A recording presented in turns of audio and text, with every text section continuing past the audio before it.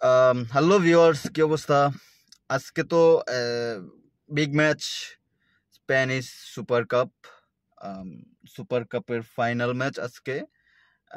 যে ফাইনাল ম্যাচে মুখোমুখি হচ্ছে রিয়াল মাদ্রিদ ভার্সেস বার্সেলোনা, মানে El Clasico plus final match.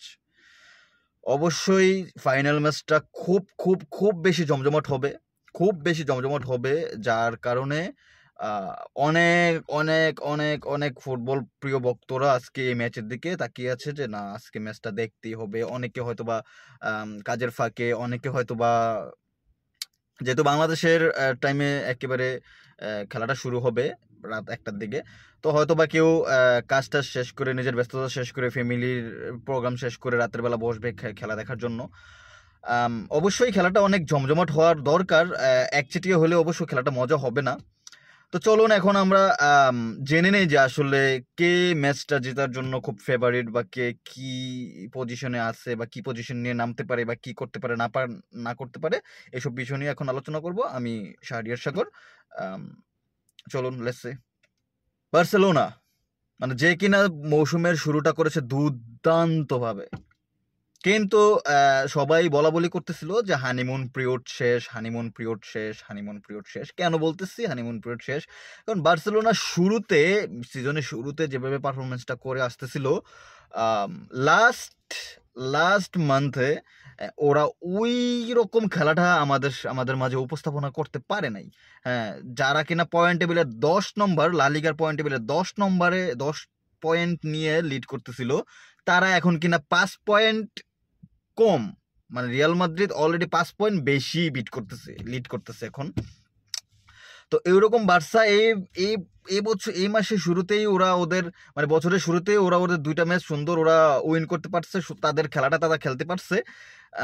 হয়তোবা তারা কামব্যাক করবে, বা হয়তোবা তারা তাদের পজিশনের যে ন্যাচারাল খেলাটা ওইটা খেলাতে পারবে, ফ্লিক্স। আহ, এখন ওদের যে পজিশন বা ওদের যে সবকিছু ওরা ঠিকঠাক মতোই চালাবে, ওদের কোনো প্লেয়ার ইনজুরি নাই। কিন্তু রিয়াল মাদ্রিদেরও সেম অবস্থা। রিয়াল মাদ্রিদ এই তো যাচ্ছে তো এই তো হারছে, মানে এই তো যাচ্ছে তো এই তো ড্র করছে, মানে এরকম একটা অবস্থা। তো রিয়াল মাদ্রিদ কিন্তু তাদের পজিশন বেস খেলাটাই খেলে যাচ্ছে, তাদের মতো করেই খেলছে ন্যাচারালি ভাবে। ভিনিসিয়াস জুনিয়রের অকাঙ্ক্ষিত সেই লাল কার্ডের জন্য এখন পর্যন্ত ভিনিসিয়াস জুনিয়রকে নিয়ে তর্ক বিতর্ক হচ্ছে। আহ, কিলিয়ান এমবাপ্পে লাস্ট 2 ম্যাচে গোল নেই। হ্যাঁ, এর এর আগের মান্থে ও খুব প্রপারলি ওর ন্যাচারাল খেলাটা খেলতে পারছে। আর রদ্রিগো তো আন্ডাররেটেড ভাই, মানে ওর কথা তো কি বলবো। মানে মোট কথা বলতে রিয়াল মাদ্রিদ তাদের খেলাটাই খেলছে। আই হোপ যদি তাদের বেস্টটা আজকে খেলতে পারে, তাহলে গত স্প্যানিশ সুপার কাপের মতো এইবারও তারা তাদের কাপটা জিতে নিবে। গত স্প্যানিশ সুপার কাপে আপনাদেরকে মনে করিয়ে দেই, রিয়াল মাদ্রিদ 4-1 গোলে বার্সেলোনাকে হারিয়েছিল, যেখানে ভিনিসিয়াস জুনিয়রের হ্যাটট্রিক ছিল।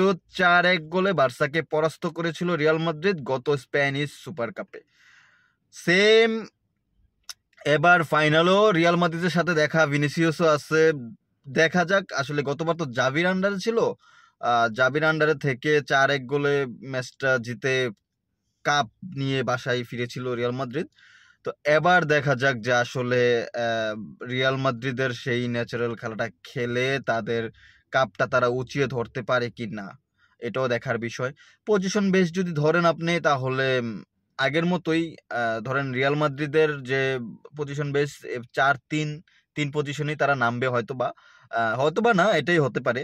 কার্লো আনচেলত্তি এই এই সিজনে এইটাই মানে করতেছে। মাঝখান দিয়ে আবার 4-4-3, 4-4-2 পজিশনে খেলাইছিল। এবার 4-4-3 পজিশনে খেলানোর সম্ভাবনাটাই বেশি, কারণ যেহেতু রদ্রিগো আছে, দেন কিলিয়ান এমবাপ্পে ফিট, দেন ভিনিসিয়াস জুনিয়রও আছে। তো এখানে তো আসলে কাউকে বসানোর মতো অপশন আসলে কার্লো আনচেলত্তি দেখছে না।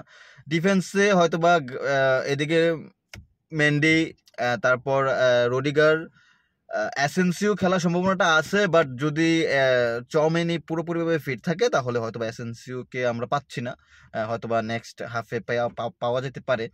এরপরে আছে লুকাস বাস্কেস, ক্যাপ্টেন হিসেবে থাকবে অবশ্যই হয়তোবা। মিডে অবশ্যই আপনার Camavinga, Fede Valverde, Jude Bellingham, তিনজনই থাকছে। আর অ্যাটাকে তো রিয়াল মাদ্রিদের Vinicius Junior, Kylian Mbappe, Rodrygo. এই পজিশন নিয়ে আজকে স্প্যানিশ সুপার কাপ খেলছে মোটামুটি ফাইনাল। হয়তো বা যেহেতু গতবার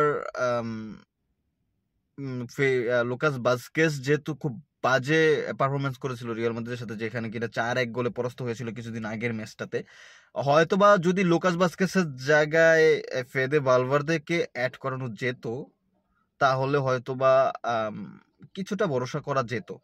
আর রিয়াল বার্সার পজিশনও হয়তোবা 4-4-3-3 হতে পারে, 4-3-3 হতে পারে, যেখানে কিনা দানি ওলমোকে দেখা যেতে পারে মিডফিল্ডে, দেন অ্যাটাকে দেখা যেতে পারে লামিন ইয়ামাল, লেভানডস্কি, রাফিনহা। ওই দিক দিয়ে বালদে বা যারা আছে তাদেরকে অবশ্যই যেরকম পজিশনে আছে ওইরকম পজিশনটাই দেখানো হবে হয়তোবা বার্সার। তো ওই রকম ভাবে যদি দেখেন তাহলে আজকের ম্যাচের ফেভারিটকে অবশ্যই আপনারা জানাবেন কমেন্টসে। আমি প্রেডিকশন করতেছি যে রিয়াল মাদ্রিদ 2, বার্সেলোনা 1। চলুন দেখা যাক কি হয়।